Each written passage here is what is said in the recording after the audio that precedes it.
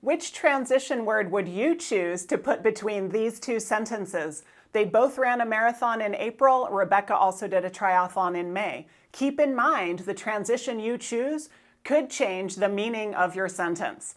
Two examples here real quick. If we use in addition, it sounds more like a list of Rebecca's accomplishments.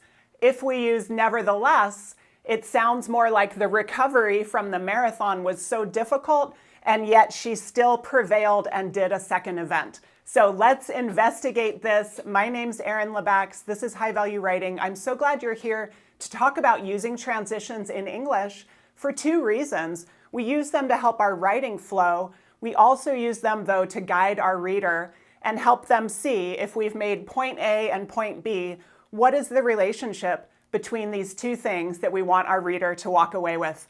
All right, we are going to look at transitions to use in 5 different situations, adding more information, showing similarities or showing differences, giving an example, or expressing that cause and effect relationship.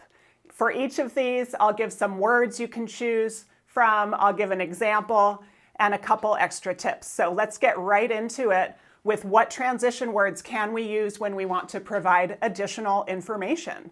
And then we're giving our reader that heads up, that hint, here comes more information, kind of in the same way, right?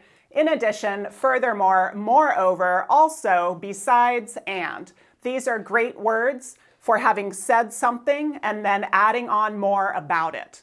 Example, this new regulation impacted residents in Western Canada for years. Moreover, the law affected international students attending Canadian universities. And you can see how I did the punctuation in this one. Most of the time, you do want a comma after your transition word. And we'll see more of that as we go through the other 4 examples. Secondly, you might want to show that two things are similar. So what are the words for this? Similarly, in the same way, likewise, equally, also impactful. Here's an example, another one where we're leading a new sentence with this transition. In some of the future examples coming up, we'll look at using semicolons or commas instead. Students around the world use transitions to help guide their readers. In the same way, we can use transitions in our professional writing.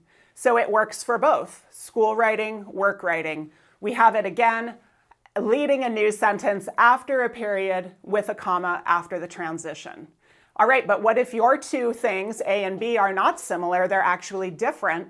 Now you have to give the reader that heads up that this second idea is going to contrast with the idea we just heard.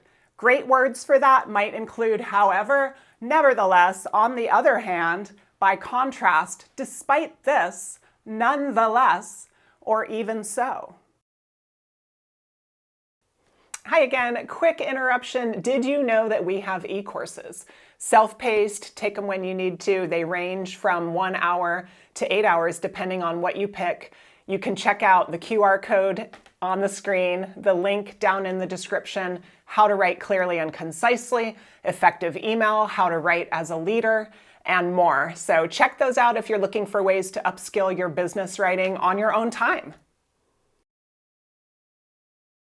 Let's look at the example for this one. Our team produced 3 new e-courses to support students learning remotely. Nevertheless, we still offer face-to-face options for local students. I needed to show online face-to-face are different. I was able to join them with nevertheless, showing we offer both sets of courses. Okay, the remaining 2, we're going to look at a slightly different punctuation example. So when you want to give an example, you can use words or phrases like, for instance, for example, to illustrate, indeed, in fact, namely, or this includes. Couple of examples here. Notice I'm not doing a new sentence. I could have, but I'm doing a semicolon. This one would have also worked as a new sentence. He supports the new hire for manager. In fact, he was on the interviewing team that offered her the position. I could have used a period and then a capital I for in fact. I chose to link them together because they're both so related about why he supports this candidate and how he has learned about her. Another example, let's say we're talking about why he likes this candidate. She, for instance, has experience with. Notice now I've surrounded the transition only with commas.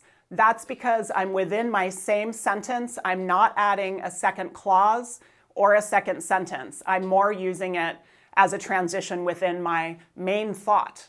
So slightly different usage there, not as common. Most of the time, you'll see your transition words at the beginning of a new sentence or after a semicolon, but occasionally you may use them in your sentence. And here comes another example on that. Cause and effect. It's our job to let our reader know A actually caused B. They're not just related, they're not separate, they're not a coincidence.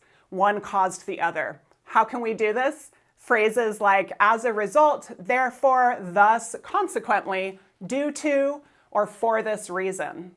For example, our new professor assigned extra reading this week, therefore I'm skipping the game this weekend.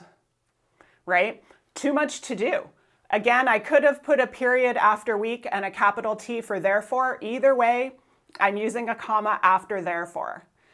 Similarly, let's say, oh, another student is also worried about this extra reading. He, as a result, is at the library. So again, I was able to use the transition with just commas around it because I'm still describing what's going on with him. I'm not adding on a new clause. All right, so try some of these out for these 5 different situations. Let me know what questions you have. I'll give you some feedback in the comments.